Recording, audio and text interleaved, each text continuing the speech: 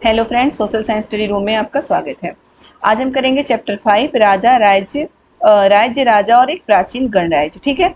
तो कैसे जो पहले के राजा थे वो कैसे राजा बनते थे, कौन से यज्ञ करके वो राजा बनते थे, ये सारी चीजें आपको पता होगा कि आप क्वेश्चन आप अगर देखते आ रहे होंगे तो उसमें अश्वमेध यज्ञ के बारे में या फिर जो हिरण्यगर्भ नामक यज्ञ है, ये सब यज्ञों के बारे में हम उसमें क्वेश्चन में बार बार देखते हैं। ठीक है।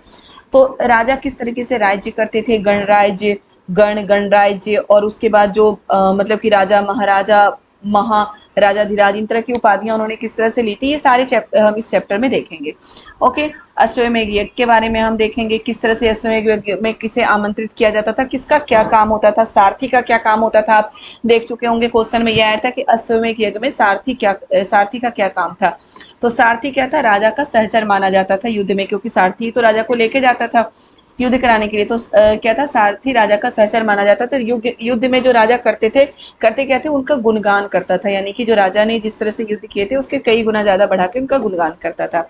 ओके। फिर वर्ण व्यवस्था क्या थी उस समय, इस बारे में हम पढ़ेंगे। जनपद, महाजनपद, ये देखिए महाजनपद के नगर, ये भी इंपॉर्टेंट है क्योंकि महाजनपद के नगर कई बार क्वेश्चन आ जाता है कि हस्तिनापुर किस तरह का नगर था, तो हस्तिनापुर महाजनपद का नगर था। ओके।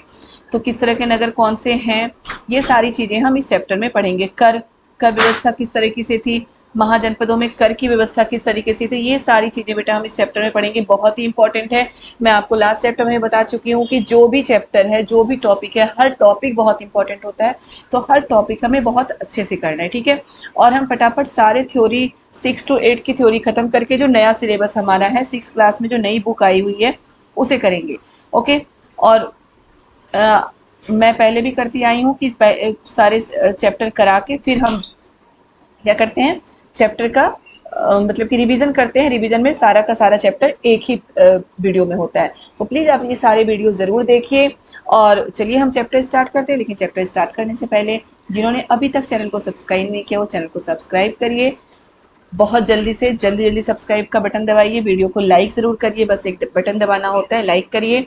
और वीडियो को ज्यादा से ज्यादा शेयर करिए और कमेंट करिए। तो चलिए हम वीडियो स्टार्ट करते हैं। क्या है हमारा, राज्य राजा और एक प्राचीन गणराज्य। सबसे पहले हम क्या है, इसमें क्या है कि कुछ लोग शासक कैसे बने, यानी कि राजा किस तरीके से बनते थे। तो क्या था, कुछ राजा संबंधित जन यानी लोगों के द्वारा चुने जाते थे। तो ये अभी चैप्टर 4 में हम पढ़ चुके हैं कि जो जन या राजा लोगों के द्वारा चुने हुए राजा होते थे, वहां पे वंशानुगत राजा वो नहीं होते थे। वंशानुगत राजा का मतलब ये होता है, ऐसा नहीं होता था कि राजा के मृत्यु के बाद उनका पुत्र राजा बने। वो क्या होता था कि जो उनका कबीला मान लो या गांव में जो सबसे ज्ञानी व्यक्ति हो या समझदार व्यक्ति हो, उनको राजा बना दिया जाता था। तो ये वैसे राजा नहीं है जिनके बारे में हम पढ़ते हैं। ठीक है, ये कुछ अलग थे। और उस मतलब कुछ अलग क्या, ये वैसे राजा होते थे जो जनता के द्वारा चुने होते थे, और जरूरी नहीं कि उसके बाद उनका बेटा ही राजा चुना चुना जाए। ठीक है। और इसमें देखिए कि कुछ लोग क्या होता था, कुछ लोग बड़े बड़े यज्ञों को आयोजित कर राजा के रूप में प्रतिष्ठित हो गए थे। अब धीरे धीरे फिर बाद में क्या होने लगा कि बड़े बड़े यज्ञों को आयोजित कर लोग राजा के रूप में प्रतिष्ठित हो गए।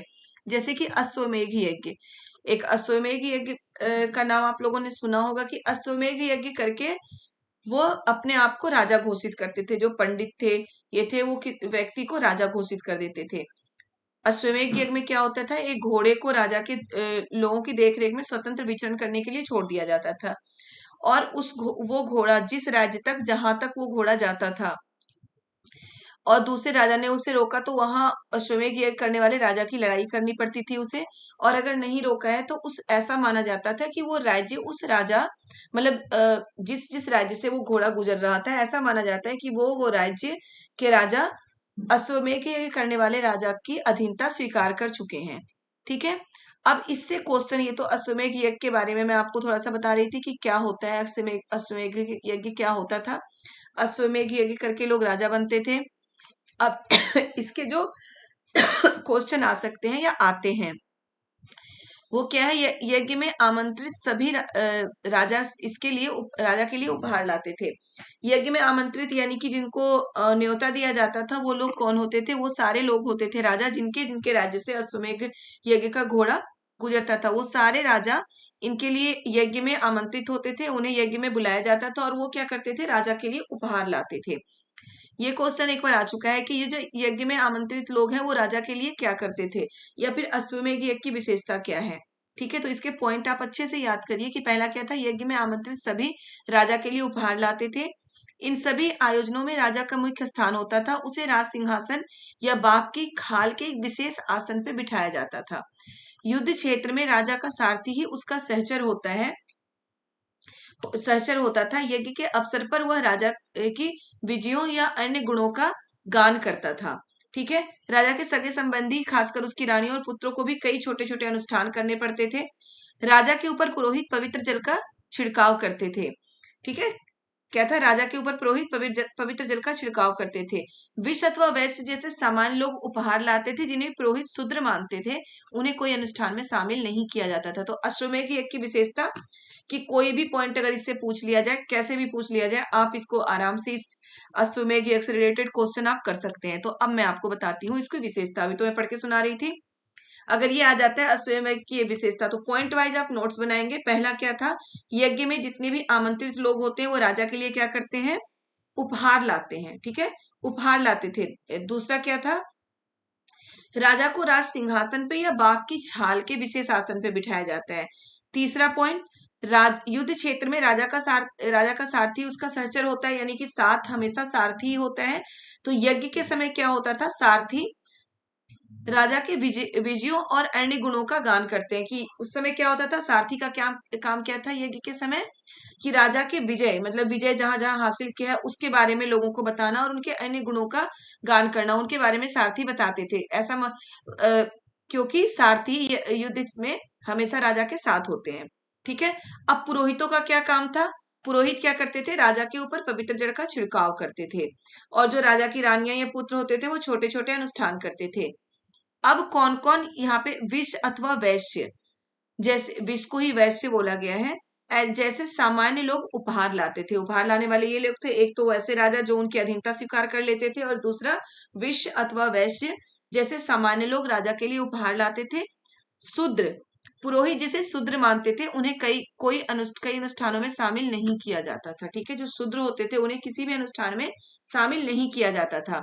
तो बेटा अगर ये पॉइंट्स आप अच्छे से समझ लें, रटने की तो बिल्कुल भी जरूरत नहीं है, तो आप बहुत अच्छे से इससे रिलेटेड कोई भी क्वेश्चन आएगा अश्वमेध यज्ञ से रिलेटेड तो आप कर सकते हैं। कि अश्वमेध यज्ञ करके पहले के समय में खुद को राजा घोषित किया जाता था।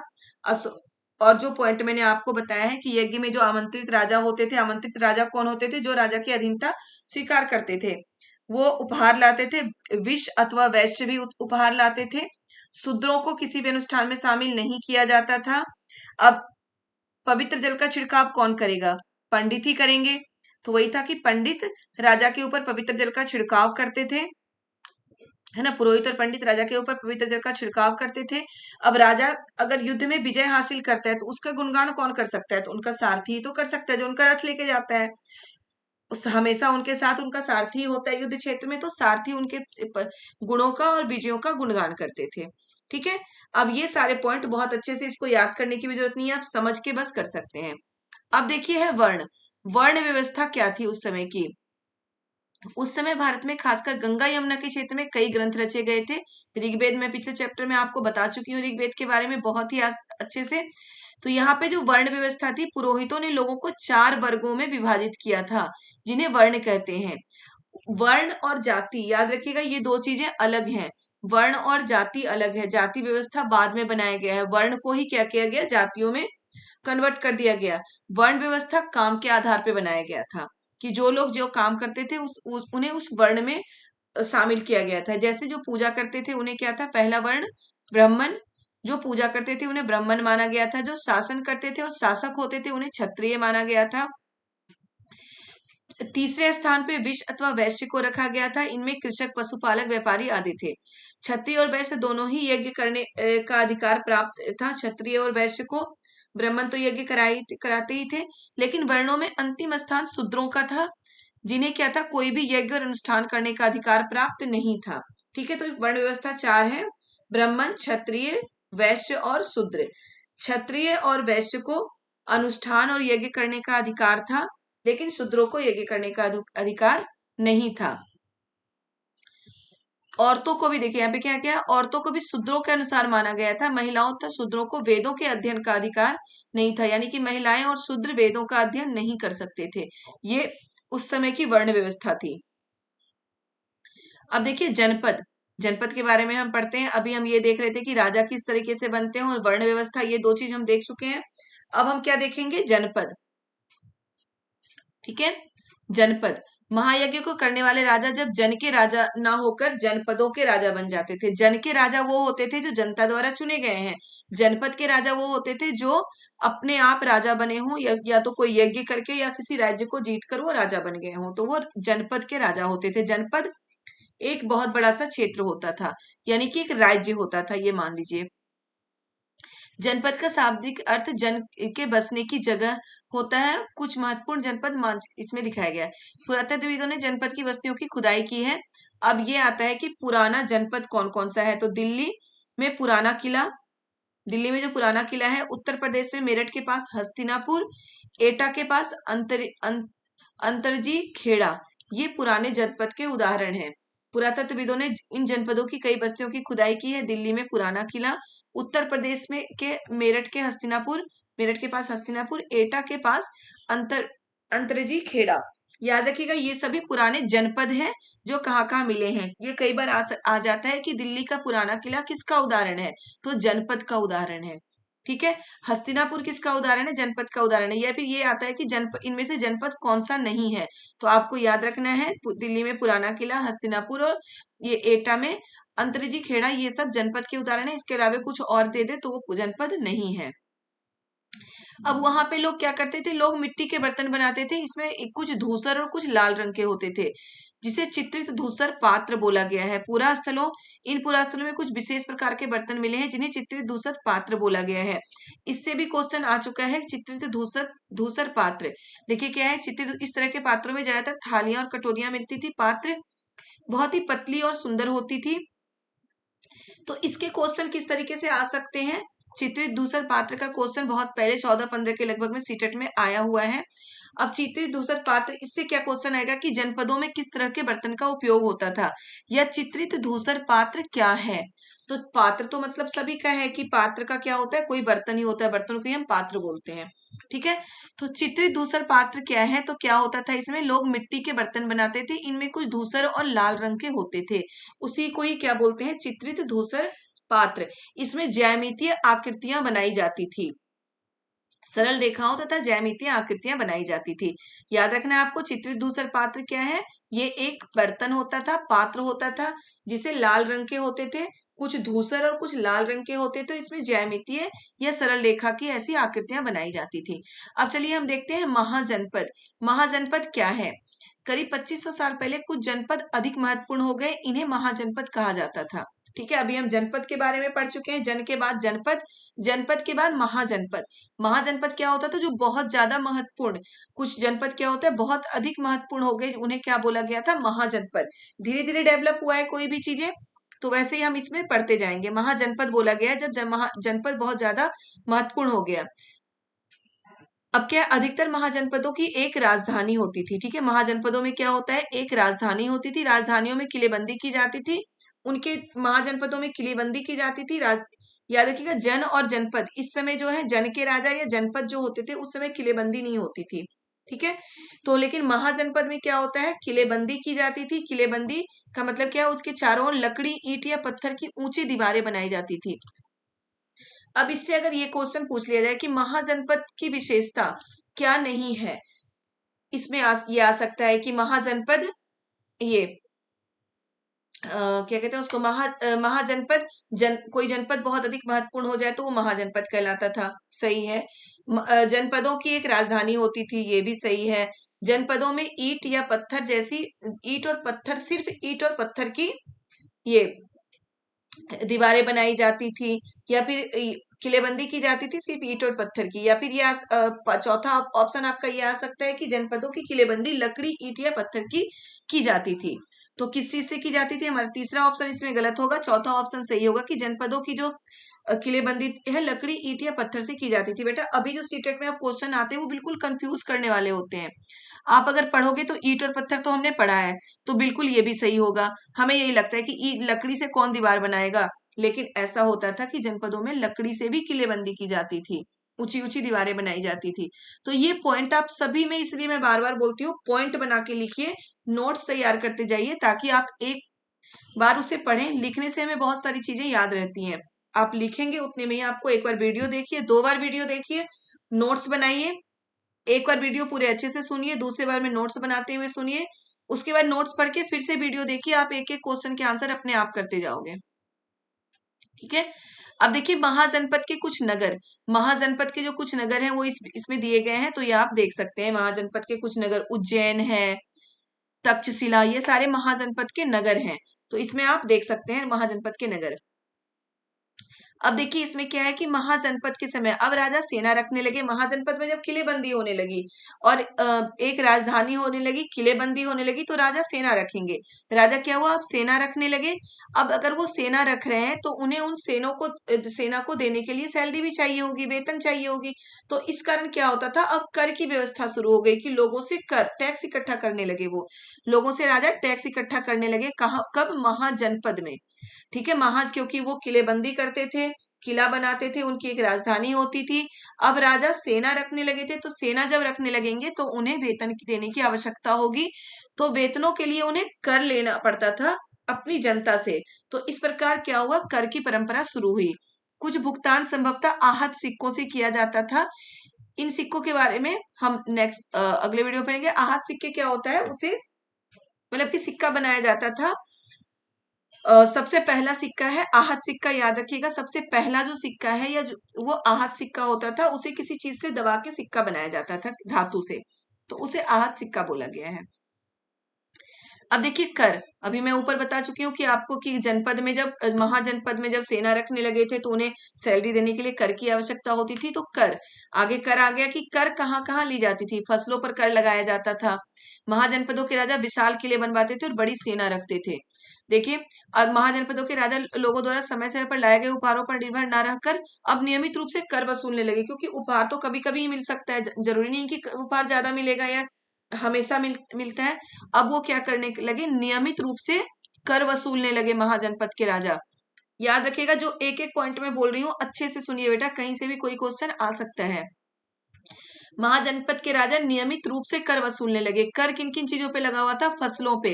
क्या है, प्राय उपज का मतलब कि 6वां हिस्सा कर के रूप में निर्धारित किया जाता था। उपज का कितना हिस्सा निर्धारित किया जाता था, 6वां हिस्सा कर के रूप में निर्धारित किया जाता था। कारीगरों के ऊपर भी कर लगाए गए थे, कारीगर के ऊपर कर लगाए जाते थे। और ये कारीगर किस तरह से कर चुकाते थे, वो कुछ पैसे या कुछ बनाई हुई चीज नहीं देते थे। वो क्या करते थे, श्रम के रूप में कर चुकाते थे। जैसे बुनकर, लोहार या सुनार राजा के लिए महीने में एक दिन काम करते थे, मतलब वो राजा के लिए काम करके कर चुकाते थे। पशुपालकों पे भी कर लगाया जाता था, वो भी उत्पादन के रूप में कर देना पड़ता था, मतलब जो पशुओं से उत्पादन हो रहा है वो उनको कर के रूप में देना पड़ता था। व्यापारियों पे भी कर था, सामान खरीदने और बेचने पर भी कर देना पड़ता था। आकेटक यानी कि शिकारी तथा संग्राहकों को जंगल से प्राप्त वस्तुएं देनी होती थी।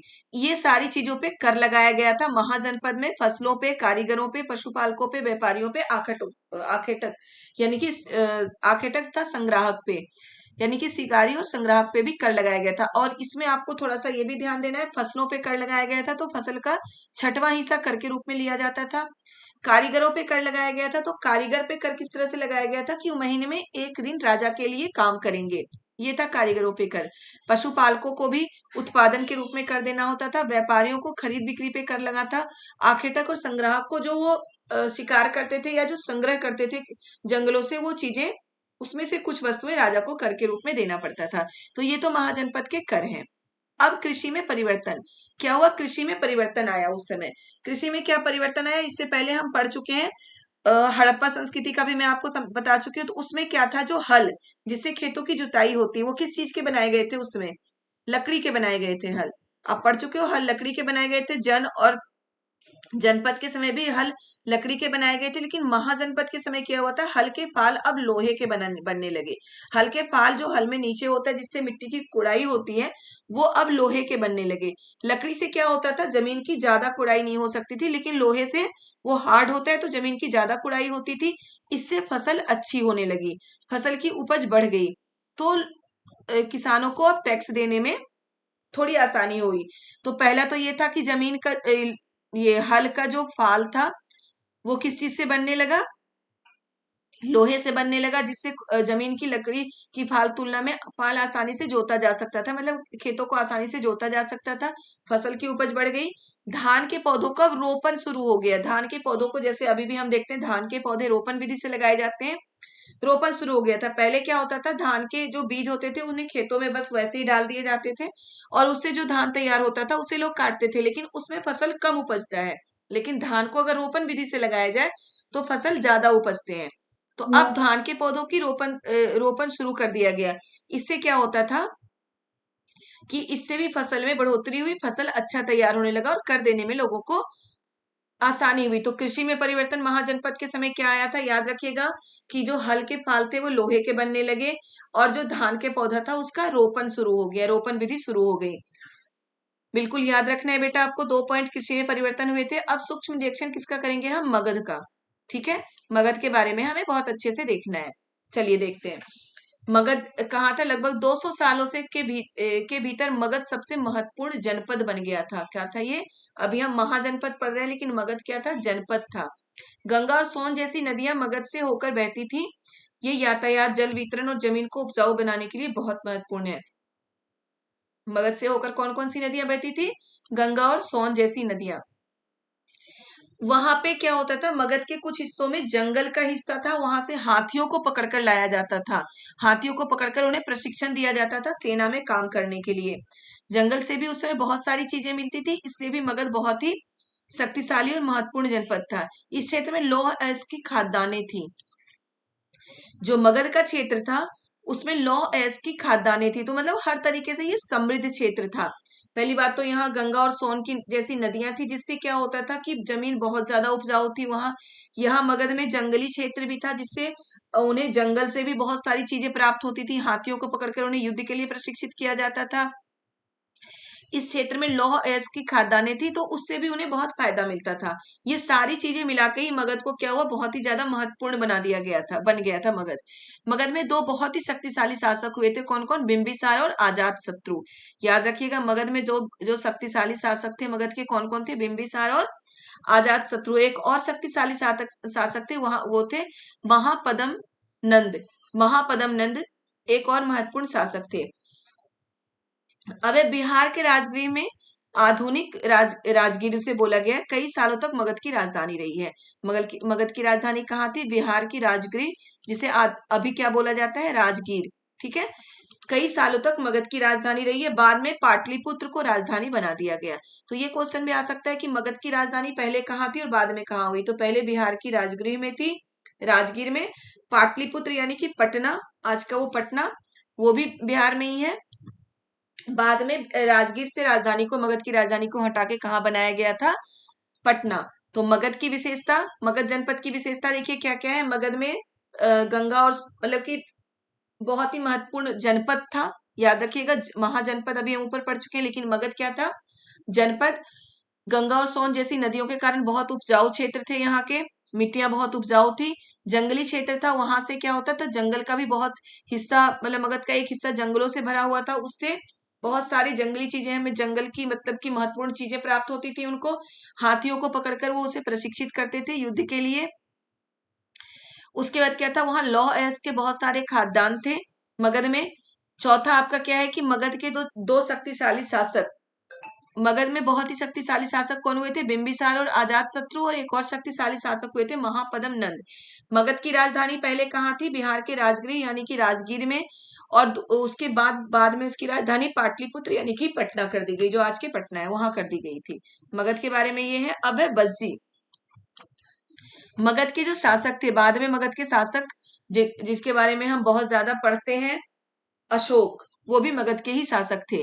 इनके बाद महापद्म नंद के बाद अशोक वहां के शासक हुए थे, इनको हराकर अशोक वहां के शासक हुए थे। ठीक है, अशोक के बारे में हम आगे पढ़ेंगे।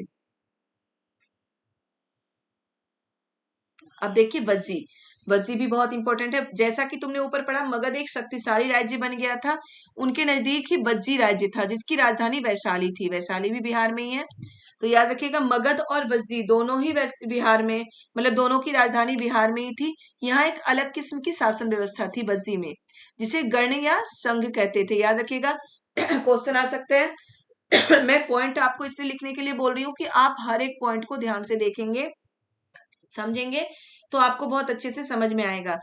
जो बज्जी है, बज्जी की राजधानी भी बिहार के वैशाली में थी, और यहाँ एक अलग तरह की शासन व्यवस्था थी जिसे गण या संघ कहते हैं। गण क्या होता है? शब्द, गण शब्द का प्रयोग कई सदस्यों वाले समूह के लिए किया जाता था। मतलब जिसे आजकल हम कोई समूह यानी कई सदस्यों वाले समूह को गण कहा गया है। संघ किसे कहा गया है? संघ अर्थात संगठन या सभा। ठीक है, कोई संगठन या सभा उसे संघ बोला गया है, गण उसे बोला गया है जो कई सदस्यों के समूह होते थे। ये किसकी विशेषता थी? बज्जी की विशेषता थी, जिसकी राजधानी बिहार के वैशाली में थी। गण या संघ के कई शासक होते थे, कभी कभी लोग एक साथ शासन करते थे, इसमें प्रत्येक व्यक्ति राजा होता था। याद रखिएगा, गण और संघ के क्या होता था? कई शासक होते थे, कई कई लोग एक साथ, कई लोग एक साथ शासक करते थे। इसमें क्या होता था? प्रत्येक व्यक्ति राजा होता था। ये नहीं था कि कोई एक व्यक्ति राजा होगा, जितने लोग मिलकर शासन करते थे वो सभी राजा कहलाते थे। ठीक है, गणीय संघ में, वसी में सभी राजा कहलाते थे। अब वहां मतलब कि उनकी शासन व्यवस्था इतनी अच्छी थी कि कोई भी उनसे टकराना नहीं चाहता था, कोई भी उनसे युद्ध नहीं करना चाहता था। बुद्ध तथा महावीर दोनों ही गण या संघ से संबंधित थे। इंपॉर्टेंट है बेटा, आपको ध्यान से देखना है। बुद्ध और महावीर दोनों भी क्या क्या थे? गण और संघ से संबंधित थे। अगले चैप्टर में हम, आगे के चैप्टर में बुद्ध और महावीर के बारे में पढ़ेंगे, कौन से गण से थे, कौन से संघ से थे। बौद्ध साहित्य में संघ के जीवन की बहुत ही सजीव वर्णन मिला है। यहाँ पे देखिए एक छोटी सी स्टोरी है कि अजात शत्रु और वज्जी संघ, अजात शत्रु वज्जी संघ पर आक्रमण करना चाहता था। फिर वो कहाँ गया? बुद्ध के पास गया, ये पूछने के लिए कि क्या हम वहां पे वज्जी पे आक्रमण कर सकते हैं। तो बुद्ध ने उनसे पूछा कि क्या वो नियमित रूप से सभाएं करते हैं। आपको याद रखना है कि वज्जी में क्या होता था? नियमित रूप से सभाएं करते थे, आपस में मिलजुल कर काम करते थे, पारंपरिक नियमों का पालन करते थे, बड़ों का सम्मान और समर्थन और उनकी बातों का ध्यान रखते थे। तो बेटा अभी भी आपको बताया गया है कि अगर हम मिलजुल के रहेंगे, बड़ों का सम्मान करेंगे, बड़ों की बातों को मानेंगे, तो हमें कोई हरा नहीं सकता और हम हर जगह सफल होते हैं। और यही सारी चीजें कहाँ पे थी? वज्जी में थी। तो बुद्ध ने सबसे पहले अजात शत्रु से ये सारी चीजें पूछी कि क्या ये होता है? वज्जी महिलाओं के साथ जोर जबरदस्ती नहीं करेंगे और उन्हें बंधक नहीं बनाते थे। ठीक है, शहरों तथा गांवों में चैत्य का रख रखाव करते थे, विभिन्न मतावलंबियों संतों का सम्मान करेंगे और उनके आने जाने पर कोई रोक नहीं लगता था। ये सारी चीजें अभी भी हमें बताई जाती है कि अगर हम इन नियमों का पालन करते हैं तो हमें हमेशा सफलता मिलती है। और जो वज्जी संघ था वो इन नियमों का पालन करता था। तो बुद्ध ने क्या बोला कि अगर इन नियमों का पालन वज्जी अभी भी कर रहा है तो तुम उसे नहीं हरा सकते हो और उस पर आक्रमण मत करो, उन्हें मना कर दिया। और ये भी देखो बोला गया कि बज्जीवासी अगर इन नियमों का पालन करेंगे तो हमेशा उन्नति करते रहेंगे। ठीक है, ये तो मैं आपको एक स्टोरी बता रही थी बस। और लेकिन एक बार आपको ये पढ़ लेना है कि बज्जी में क्या क्या होता था। तो बज्जी में ये सारी चीजें होती थी। अब बज्जी संघ की विशेषता, बज्जी क्या है? बज्जी की राजधानी कहाँ थी? बिहार के वैशाली में। यहाँ एक अलग तरीके का शासन था। दूसरा दूसरा पॉइंट, यहाँ एक अलग तरीके का शासन था। क्या था यहाँ? गण या संघ। गण क्या था? गण शब्द का प्रयोग कई सदस्यों वाले समूह के लिए किया जाता था। संघ शब्द का प्रयोग संघ अर्थात संगठन या सभा। ठीक है, अब गण में, ये बज्जी में क्या होता था कि अलग अलग शासक होते थे। गण या संघ के कई शासक होते थे, कई बार ये सारे लोग एक साथ शासन करते थे और जितने भी लोग शासन करते थे सभी राजा कहलाते थे। जितने लोग एक साथ मिलकर शासन करते थे सभी क्या होते थे? सभी राजा कहलाते थे। तो ये बेटा आपका चैप्टर हो चुका है। चैप्टर में अगर कुछ समझ में ना आए तो आप बिल्कुल कमेंट करके मुझसे पूछ सकते हैं। नोट्स जरूर बनाते जाइए, अभी आपके पास बहुत टाइम है, नोट्स बनाएंगे, अच्छे तरीके से चैप्टर वाइज पढ़िए। सारे चैप्टर कराने के बाद मैं प्रीवियस ईयर के क्वेश्चन पेपर डालूंगी।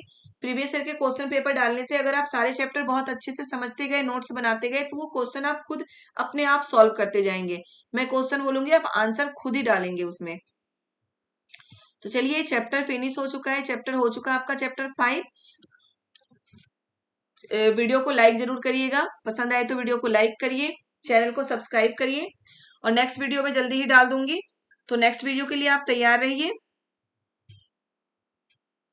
वीडियो को लाइक और शेयर जरूर करिए, अच्छा लगे तो कमेंट करिए। जो भी आपको इसमें कुछ समझ में ना आए तो वो समझने के लिए भी आप कमेंट में करके पूछ सकते हैं। कोई भी पॉइंट आपको समझ में ना आए तो आप कमेंट करिए। नेक्स्ट वीडियो में मैं स्टार्ट करने से पहले वो पॉइंट आपका क्लियर करूंगी, तब वीडियो स्टार्ट करूंगी। चैनल को जिन्होंने अभी तक सब्सक्राइब नहीं किया है वो चैनल को सब्सक्राइब जरूर कर दें ताकि नेक्स्ट वीडियो आप तक पहुंच जाए। ओके बच्चों, बाय बाय।